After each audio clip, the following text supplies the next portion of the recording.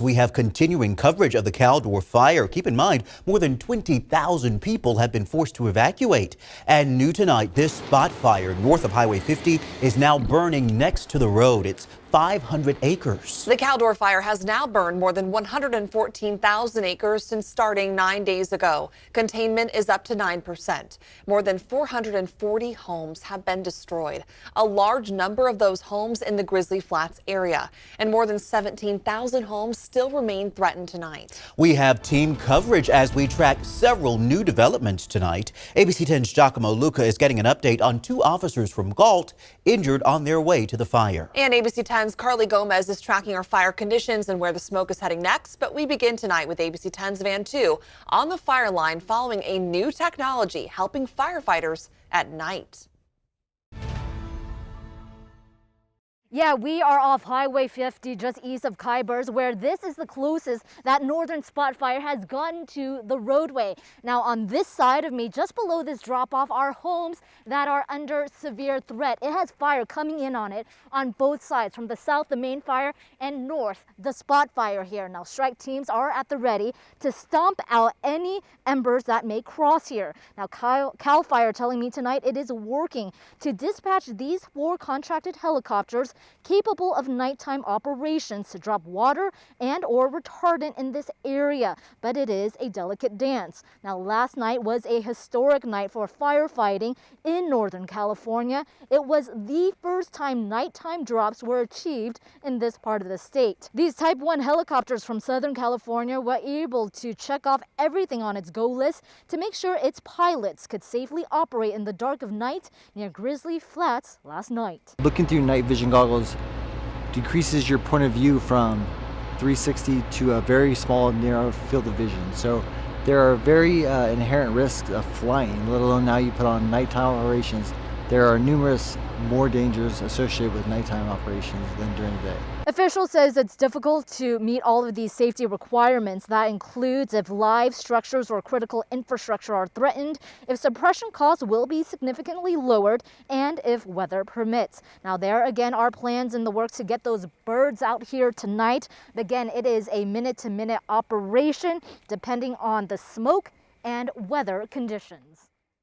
Van, thank you. ABC 10 was also in Somerset in El Dorado County today. People under voluntary evacuation orders have been spending days preparing their homes in case they have to leave. The fire is still far east of this community, but neighbors are facing a sad reality. But the bigger tragedy is going on. There are people who've already lost their homes, and they may have no insurance. They may not have an income stream.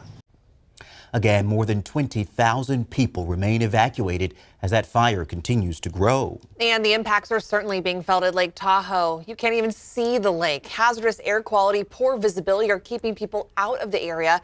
In this view, you are supposed to see Lake Tahoe. And firefighters remind everyone Tahoe Basin is not under evacuation orders and fire is still far away from South Lake. ABC 10's Carly Gomez tracking the latest conditions, though, for us tonight. And we are looking at a lot of that thick smoke out there. And just before sunrise, I also captured this image just over the top here of Lake Tahoe, looking down into the valley area in the basin. And you can just see there's nothing left to see anymore. That visibility is so low.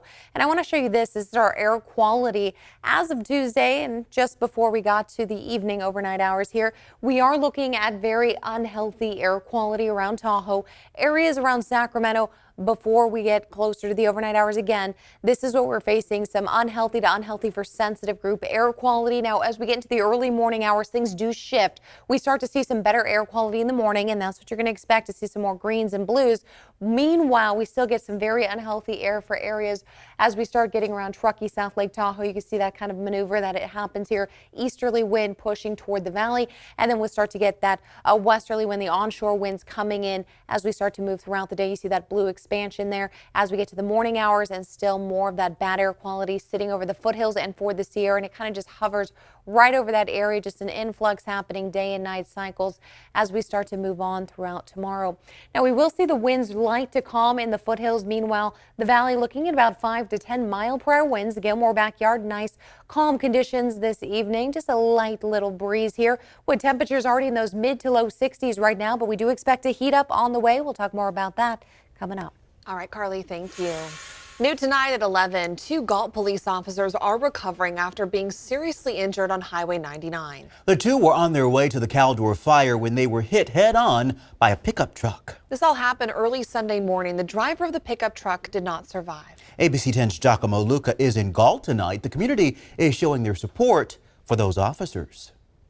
Well, this was certainly a very emotion-filled event that was attended by more than 100 community members, firefighters, and police officers as this community shows support for those injured officers and their families. A sea of blue lights held high as the Galt community honors 2 officers now fighting for their lives. Devastating. First off, I was just so happy to hear that they survived, but it's just devastating. The officers were going to provide security at the Caldor Fire around 4 in the morning Sunday when, according to the California Highway Patrol, the driver of this pickup truck broke through a concrete median on Highway 99, striking the officers' patrol car head-on.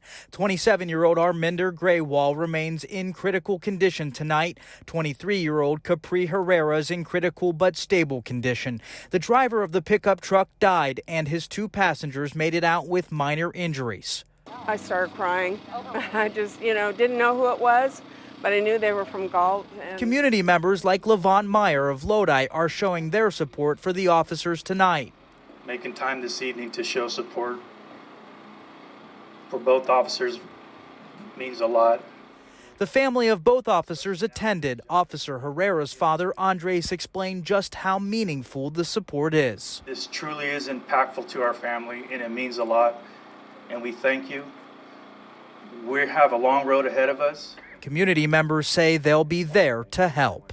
We're praying for you. Hang in there. We know that they'll get through this. Now, so many people have been reaching out to the Galt Police Department asking how they can help the officers and their families. The father of Officer Herrera said the prayers of support and all of those messages on Facebook are being read, and they want you to continue that support tonight. They know him and they love him up there, and he called it his mountain. Well, first, the Caldor Fire ravaged the town of Grizzly Flats, and now tonight, an urgent plea to help find this man, 57-year-old Marvin Krill. It's not a fun waiting game.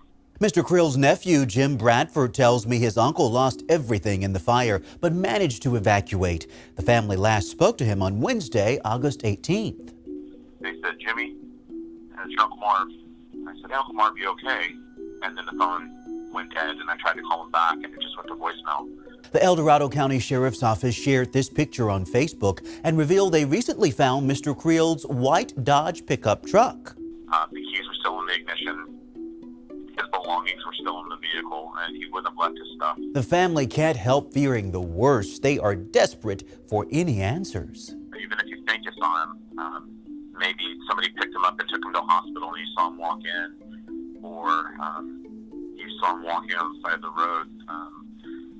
Anything would help. And so again, take a good look. Deputies need your help finding 57-year-old Marvin Krill from Grizzly Flats. We're told he's 5'6", 200 pounds, with blonde hair and blue eyes. If you have any information, call the El Dorado County Sheriff's Office.